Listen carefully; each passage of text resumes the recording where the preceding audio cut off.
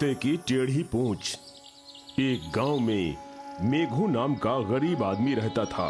वो झूठ या सच किसी भी तरह से पैसा कमाना चाहता था। उसने इसके लिए अनेक दांव चले, परंतु सफल नहीं हुआ। अंततः लोगों की बातें सुनकर उसने एक योजना बनाई। उसने सोचा, यदि वो एक भूत पकड़ लेता है तो उसे आदेश देकर धन कमा लेगा। अपनी बुरी योजना को पूरा करने के लिए वो भूत की खोज में निकल पड़ा, परंतु उसे भूत कहीं ना मिला।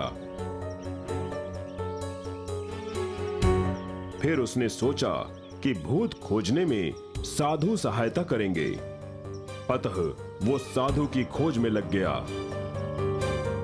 एक दिन उसे एक लकड़हारा मिला।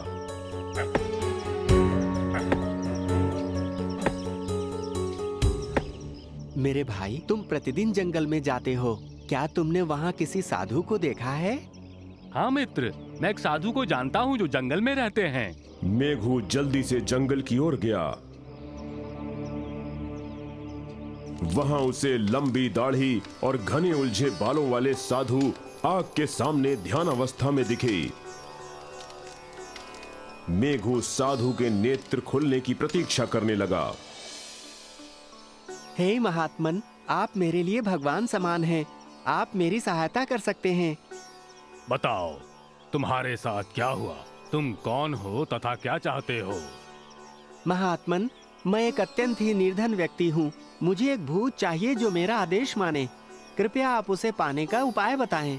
साधु ये सुनकर विस्मित एवं क्रोधित हुए, परंतु अपने भावों को उन्होंने व्यक्त नहीं किया।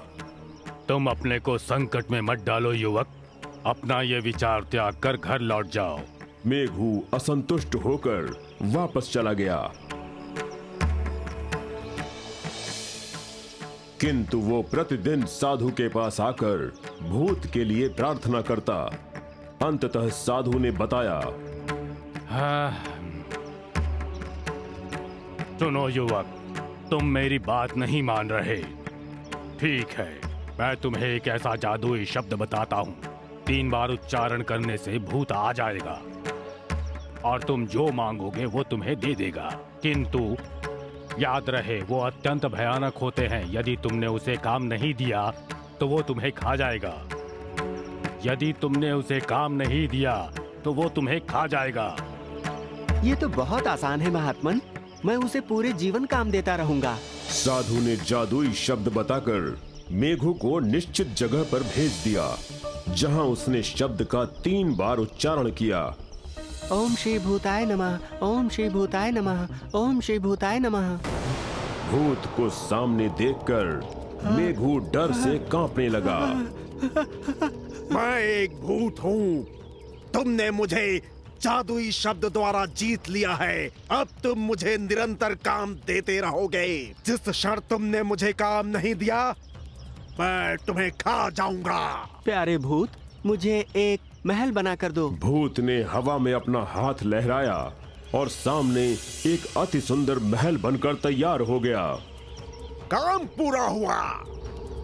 अब तुम मेरे लिए पैसे, आभूषण तथा बहुमूल्य जवाहरात लेकर आओ। क्षण भर में ही भूत ने पैसा, आभूषण तथा जवाहरात का सामने ढेर लगा दिया। मेघू अपनी आंखों पर विश्वास नहीं कर पा रहा था। मुझे और काम बताओ, नहीं तो तुम्हें खा जाऊंगा।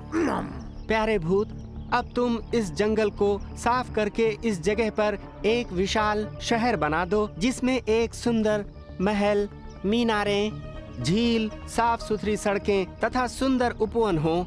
समझ गए ना? मुझे तुरंत एक बड़ा एवं सुंदर शहर चाहिए। मेघू सोचने लगा कि इस काम को भूत तुरंत तो कर नहीं पाएगा।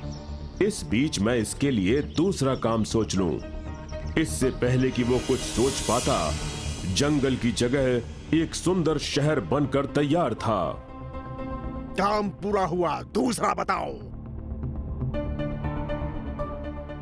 मेघू ये सोचकर डर गया कि अब भूत को बताने लायक काम ही नहीं बचा। तुम मुझे दूसरा काम बता रहे हो या मैं तुम्हें खा जाऊं? भूत की बातें सुनकर मेघू भयभीत हो उठा। तथा भागता हुआ साधु के पास पहुंचा और उनके पैर पकड़ लिए। अब क्या हुआ?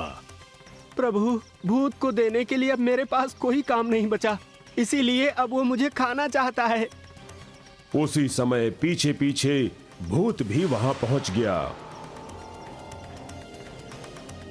हे इंसान, तुम मुझे काम दो, अन्यथा मैं तुम्हें अभी खाता हूँ। हे महात्मन, कृपया आप मुझे बचा ले। मेरी जान केवल आप ही बचा सकते हैं। मुझे पैसा नहीं चाहिए, मुझे कुछ नहीं चाहिए, बस शांति चाहिए। प्रभु। मूर्ख युवक, खड़े हो जाओ, अब एक भी क्षण मत गवाओ। साधु ने पास खड़े एक कुत्ते को देखा।